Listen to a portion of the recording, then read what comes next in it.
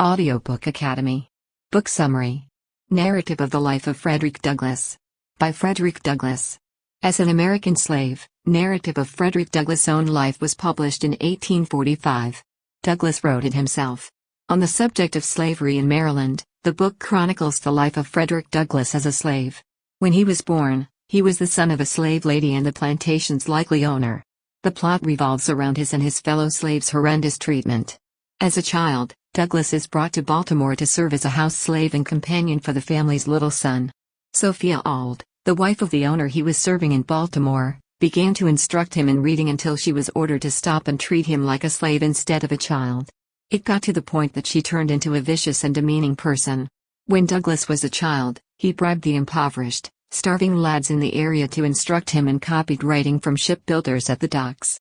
Douglass attempted to flee the plantation after being recalled.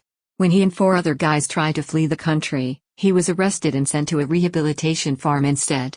Upon returning to his plantation, he was given time to heal before being brought back, where he was thrashed mercilessly for any and all transgressions.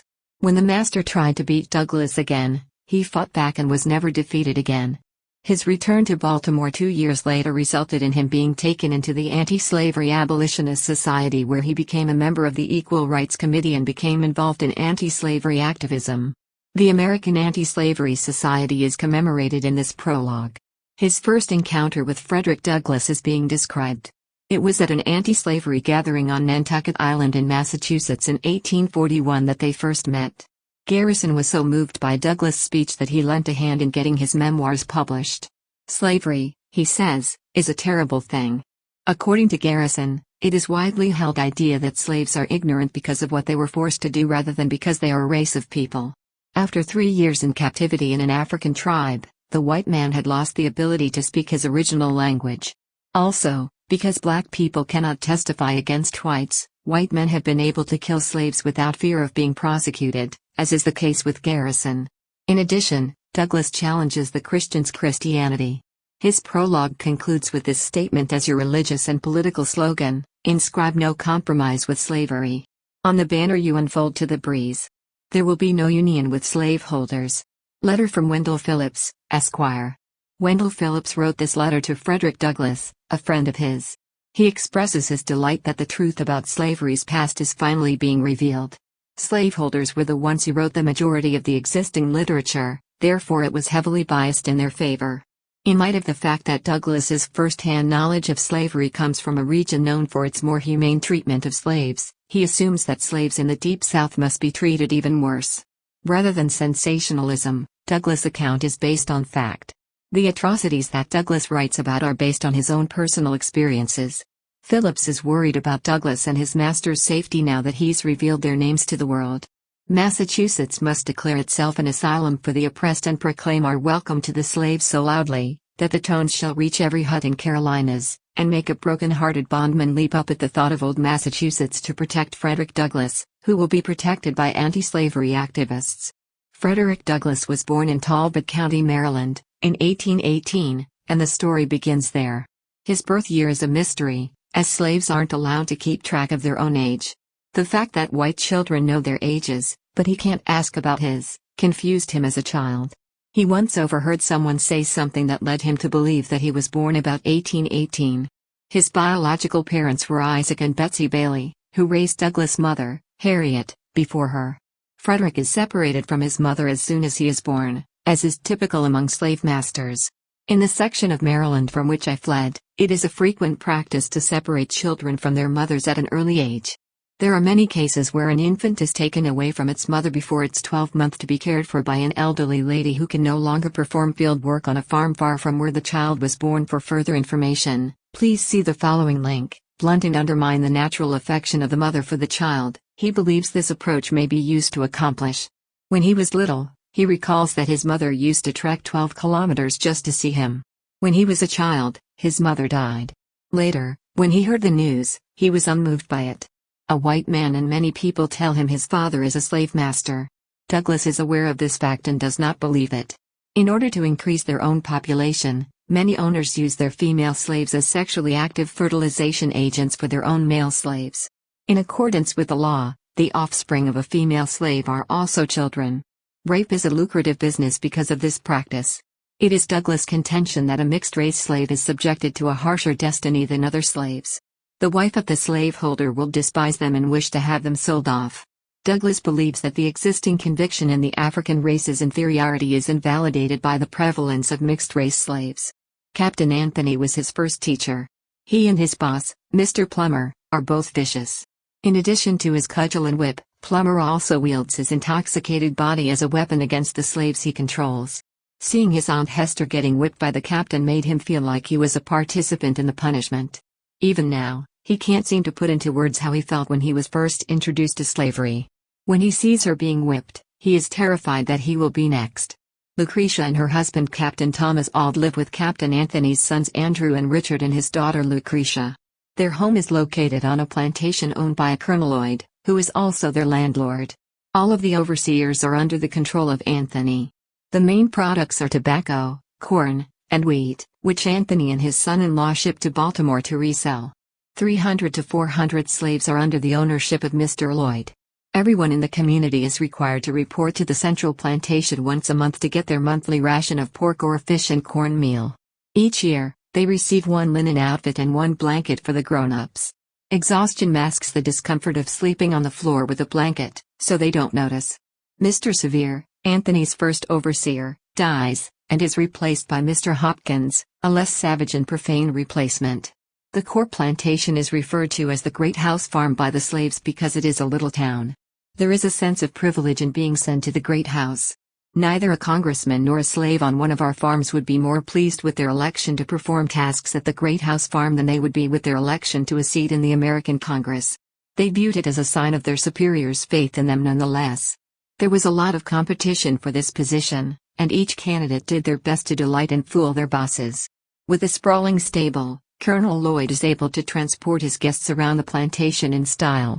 Old Barney and young Barney, a father and son duo, oversee the place. They are frequently subjected to whipping in response to the horses' misbehavior. Slaves are expected to bear their penalties without complaint at all times. Despite his enormous wealth, Colonel Lloyd has yet to meet all of his slaves. Colonel Lloyd once encountered a stray slave while driving along a plantation road. Lloyd inquires about his slave's treatment without revealing his identity. Despite the slave's candor about his mistreatment, he is soon chained and sold to Georgia. The message here is that telling the truth might be dangerous. Mr. Gore, a new and even more callous boss, takes over from Mr. Hopkins. In order to maintain his authority, he employs harsh punishments. Demby, a slave he whips, runs to the creek to get some relief from the pain. Gore shoots the slave if he doesn't leave the creek on the count of 3 when he tells him to. Gore is praised rather than punished for the cold-blooded murder of a man. Many more cases of the same brutality can be found throughout the United States, according to Douglas. A lack of muscle mass prevents children from working in the fields. To keep them warm, they are only provided with long shirts, and their only food source is communal feeding bowls of corn mush. There is a disparity in the amount of food given to the more aggressive youngsters. Daniel's grandfather gives him to him as a playmate. He goes on hunting expeditions with him, but his lack of gear causes him to suffer from hypothermia. Daniel sends Douglas to Baltimore at the age of 7. His first pair of pants are presented to him. In his excitement, he anticipates never having to return to the plantation. The Aulds greet him as he arrives in Baltimore. His mother, Mrs. Sophia Auld, is a good person. His new overlords are his wife, Hugh, and their kid, Thomas. Douglas sees his move to Baltimore as a divine intervention, and he regards it as such. It doesn't take long for Mrs. Auld to become vicious, despite her initial kindness.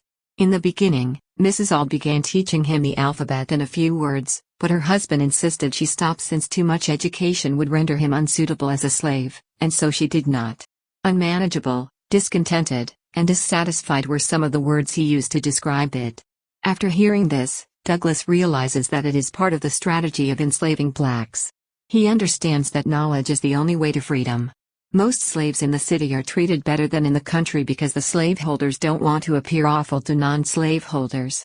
In the area, 2 young girls were mercilessly abused to the point of starvation and crippling, as Douglas recalls. Douglas spends the following 7 years living with the Auld family. This is when he begins to learn how to write and read. Douglas is able to continue his education despite Mrs. Auld's increasing hostility towards him because he pays the poor neighborhood lads in bread and food to tutor him in reading. It would be too risky for them to be named in this book, so he won't do it in this one. At the tender age of 12, Douglas comes across a book in which a master and a slave engage in a philosophical conversation. The slave is able to persuade his owner to free him. Douglas becomes increasingly dissatisfied with his situation, and at one point he contemplates suicide. The term abolitionist is first introduced to Douglas during this period. Douglas lends a hand to a pair of Irish seamen as they unload their vessel. However, despite the men's best efforts, Douglas remains wary of them and refuses to leave for the north. There are those who will encourage a slave to flee so they can recapture him and collect the prize. However, the thought has stuck in his mind. To improve his writing skills, Douglas is putting in the effort. He learns the basics of writing by watching ship carpenters write single letters on lumber. Throughout the city, Douglas uses fences, buildings, and even the ground to hone his lettering skills. He competes with other city youths in writing contests. He picks up tricks from the lads and memorizes definitions from dictionaries. He writes in Thomas's old discarded copybooks whenever his superiors leave him alone in the house. It takes him a long time and a lot of effort to master the art of writing. Due to the death of Captain Anthony, Douglas is brought back to the plantation at the age of 10 or 11. Lucretia Auld and Andrew Anthony are the captain's two surviving offspring, thus the other slaves and livestock are assessed as well. Everyone wishes to avoid going with Andrew because of his inebriation and nastiness. As a child, Douglas was witness to some of Andrew's cruelty when he kicked his small brother in the head till it bled. Douglas is threatened with the same treatment. Fortunately for Douglas, he is able to return to Baltimore after a long absence. In the near future, both Lucretia and Andrew will pass away, leaving everything they own to strangers. Lucretia and Andrew do not release their slaves when they die, as some slaveholders do. Douglas' grandmother, who cared for Andrew from the time he was an infant, received no financial support from Andrew. The new owners leave her in a little cottage in the woods since she is too elderly to work the fields. Thomas remarries a few years after the death of Lucretia, and he and his brother, Hugh, quickly find themselves at odds. As a result, Thomas is able to claim Douglas back.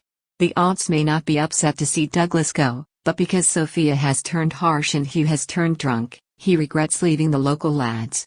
They've become more than just colleagues, they've also turned out to be some of his best professors. Douglas pays attention to the route he is taking while on the ship so that he can plan his escape. Douglas spends much of his time in the kitchen at the plantation, but he never gets enough to eat. Slaves don't have access to the internet. As a result, they are forced to beg and steal for food, even though they are aware that food is being wasted in the warehouse. Slaveholders like Auld, according to Douglas, are less effective masters simply because they were not born into the role. Auld becomes even more vicious after attending a Methodist camp meeting a few years later. Some religious leaders are empathetic. Mr. Wilson, a slave owner, maintains a little school for his slaves' children, but he is forced to close it down. Douglas begins to allow Auld's horse to go away to a neighboring farm so that he might chase it and eat a hearty dinner there. When Auld realizes what is happening, he chooses to hire Douglas to Edward Covey, a known slave-taming expert, for a year. Covey has a bad reputation, but it doesn't deter Dougie from hoping for regular meals. It's the first time Douglas is put to work in the fields. As soon as he is unable to handle the unbroken oxen, Covey violently whips him.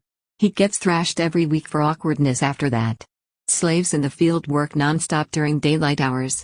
Although this is rare for a master, Covey works with them and crawls about the stocks in hopes of stumbling across the slaves while they are sleeping. His nickname is the Snake because of this. Although Covey claims to be a Christian, he is guilty of numerous crimes, including adultery. Caroline, one of his slaves, is well known for her prowess as a breeder. It is his goal that she will give birth to more slaves by having one of his hired men sleep with her every night. Douglas begins to lose his humanity within the first 6 months of working with Covey. In other words, he has no interest in studying or anything else. Sundays are free days for the slaves, so Douglas just lazes around in the shade, minding his own business. Douglas is brutally thrashed with a plank after he collapses from weariness. The next day, Douglas makes the long journey back to Auld in the vain hope that he would not be exiled. But he does, in spite of it. A whip-wielding Covey approaches him, making him flee into the corn. Douglas makes his way through the woods to a nearby farm when Covey gives up searching. On his way to his free wife's house, Another slave named Sandy is spotted by the man. Taking a magical route from the forest, he urges Douglas. Even though Douglas is suspicious, he chooses to give it a shot nevertheless. After returning to Covey, the route appears to work and Covey is more forgiving. However, the following morning, Covey accidentally falls on Douglas in the stable and attempts to tie his legs. When Covey calls for help from another slave, Hughes, Douglas fights back and is victorious. Douglas knocks him down when he attempts. There is another slave named Bill who is not interested in helping Covey with his task. There is a 2-hour brawl between Covey, who claims to have defeated Douglas, and Covey who claims to have never touched Douglas again. There will be no whipping of Douglas in the following 4 years. Douglas' time with Covey comes to an end on Christmas Day. According to Frederick Douglass, the slaves are allowed time off between Christmas and New Year's to celebrate the occasion. Because they don't want their slaves to be productive or rest at this period, the owners incite them to become drunk and waste their time. Freedom is less tempting under this arrangement. When Douglas is forced to live with Mr. Freeland in 1834, he finds a man who is both severe and kind. On Sundays, Douglas begins to teach reading and writing to other slaves. Even though the slaves are aware of the dangers of attending school, they continue to do so. Douglas continues to plot his escape despite his newfound joy. He offers to take others along with him, but the risks are too great for it to be a good idea. They know that if they try to flee, they will be killed if they fail. Douglas and 3 other men are part of the escape attempt. The Saturday before Easter is set aside for a canoe trip up the Chesapeake Bay. Every time he forges a travel pass in their name, he signs it with his masters. Douglas thinks that they have been misled as the day approaches. And he's right, they're caught before they've even left. Passes are destroyed on the route to Ald's house, so there will be no evidence of their involvement. They're in prison and afraid they'll be sold. The other men return to the plantation at the end of the Easter break, but Douglas remains behind bars as the instigator and leader. An initial threat of sale to Alabama fails, and he is returned to Baltimore with Ald. However, because they are so short-handed, Douglas ends himself working at a variety of various places and never really gets the chance to learn anything in depth. William Gardner, a shipbuilder, employs free blacks to do the work of the white workers in protest. As long as Douglas isn't paid, he continues to work for the whites he is assigned to, and they abuse and harass him. He is attacked by 4 men one day, and one of their bullets nearly destroys his eye. As much as he would like to fight back, he knows better than to risk getting himself killed by punching a white man. Hugh finds out and brings him to see a lawyer to discuss filing charges. Without the testimonies of 2 white men, an African American can't bring criminal charges against a white guy. Douglas is sent to Hugh's shipyard and apprentices under Walter Price after he has recovered from his wounds. Within a short period of time, he's earning the maximum amount allowed for caulking. Ald receives the wages, and he views him as a pirate who is entitled to everything he wants. Because he doesn't want other slaveholders to know how he did it and prevent future slaves from accomplishing the same result, he won't reveal how he escaped in his final chapter. To begin with, he begins to get sections of his salary from Hugh in installments. Ald refuses to let him work alone because he fears Thomas Ald will try to get away from him when he does. It is agreed upon, but Ald demands a large chunk of his wages for accommodation, board and tools from Douglas. Douglas will work 7 days a week and pay Hugh every Saturday for the next 4 months. Hugh, on the other hand, denies Douglas right to work when he is unable to pay him one Saturday. As a result, he takes a week off from work to express his displeasure.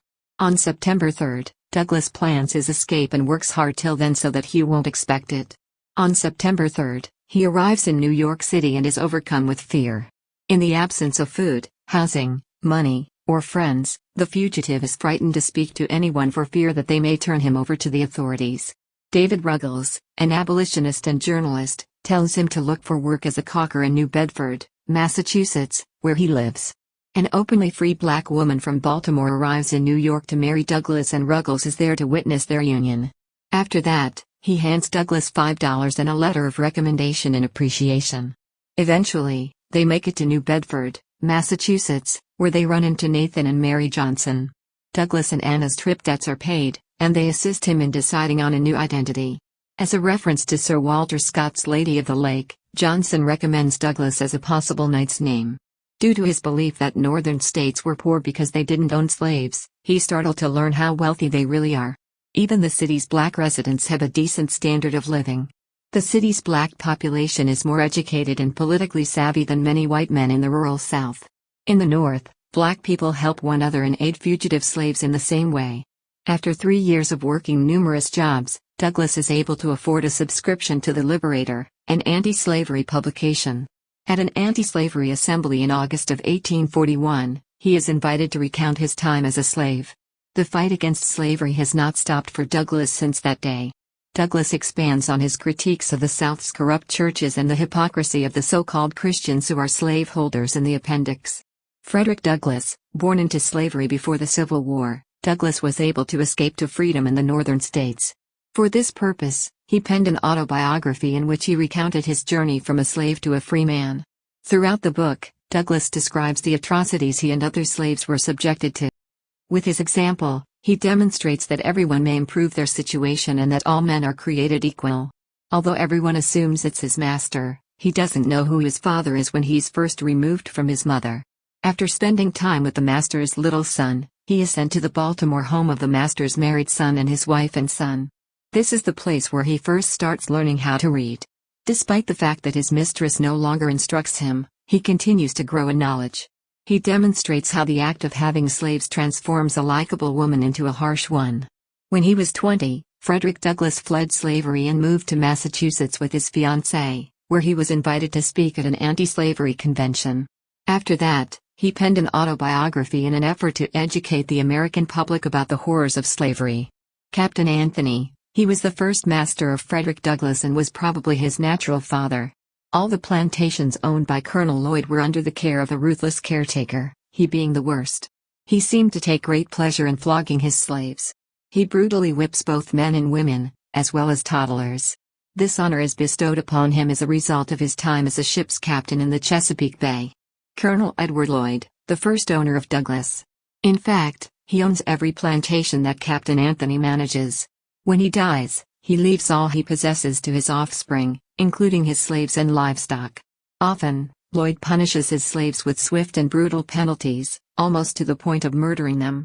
When the horses enrage him, he punishes his stable hands. Captain Thomas Auld, the second owner of Douglass. When it comes to slavery, he's just getting his feet wet and learning the ropes. Self-righteous brutality toward his enslaved slaves increases as he gets pious and accepts Christianity.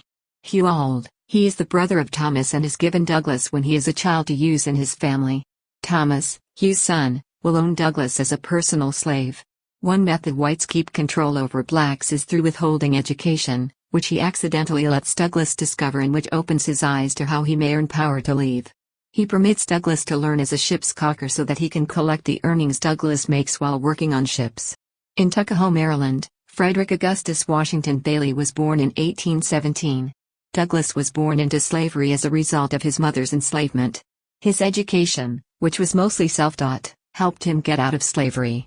In 1841, he attempted to flee, but 2 years later, he made it to New Bedford, Massachusetts, where he lived for the rest of his life. Douglass was the name he took when he arrived. Douglass' impromptu speech at an anti-slavery convention in 1841 showed him to be an orator of passionate eloquence. An agent of the Massachusetts Anti-Slavery Society promptly hired him. For this reason, he became a symbol of liberation for both whites and blacks through his speeches in the northern states and his involvement on the Underground Railroad. The fugitive slave laws of 1845 prompted him and his acquaintances in Europe to flee the United States. His speeches throughout the British Isles sparked interest in the Abolitionist movement. In 1847, he returned to the United States after his supporters donated the money to buy his freedom. In Rochester, New York, he took on the role of station master for the Underground Railroad. The North Star, an abolitionist newspaper, was also started there by him. A friendship between Douglass and the American abolitionist John Brown developed in the latter half of the 19th century. He was a key figure in Brown's efforts to establish the Underground Railroad. By training a group of men to aid a significant number of slaves fleeing to freedom in the North over the Underground Railroad, Brown hoped to eliminate the monetary worth of slaves. Douglass learned about Brown's plan to steal the Federal Armory just days before the raid on Harper's Ferry. This would be an attack on the United States government, and it would be a tragedy, he informed Brown. Afraid of the repercussions for not taking part, he fled to Europe. After a 6-month absence, he was back in time for the vote. Campaigned for Lincoln and raised 2 regiments of black soldiers for the Union Army under Douglass' guidance. After the war, he fought for the 13th, 14th, and 15th Amendments to the Constitution. He was successful. A recorder of deeds, a United States minister to Haiti, and U.S. Marshal for Washington, D.C. On February 20, 1895, he passed away in Washington, D.C. In fact, his opponents were so taken aback by Douglas's oratory and intellect that they refused to accept his abolitionist allegiance and accused him of being a fake. His experiences as a slave are chronicled in a number of autobiographies he penned. It wasn't until 1845 that he published his autobiography, Narrative of the Life of Frederick Douglass, an American Slave. In 1855, he released My Bondage and My Freedom. Life and Times of Frederick Douglass was his final autobiography. The final book of the trilogy focused on the years immediately following World War II. He was a vocal advocate for the right of women to vote. Douglass was the first black man to be nominated for vice president by Victoria Woodhull's Equal Rights Party in 1872, despite the fact that he didn't beg for the honor. Native Americans and recently arrived immigrants were two groups that Douglass advocated on behalf of in his role as an advocate for equality for all.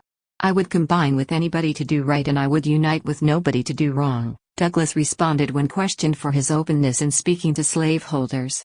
Thank you for listening in Audiobook Academy. Don't forget to subscribe and smash that like button for more content like this. See you in next video.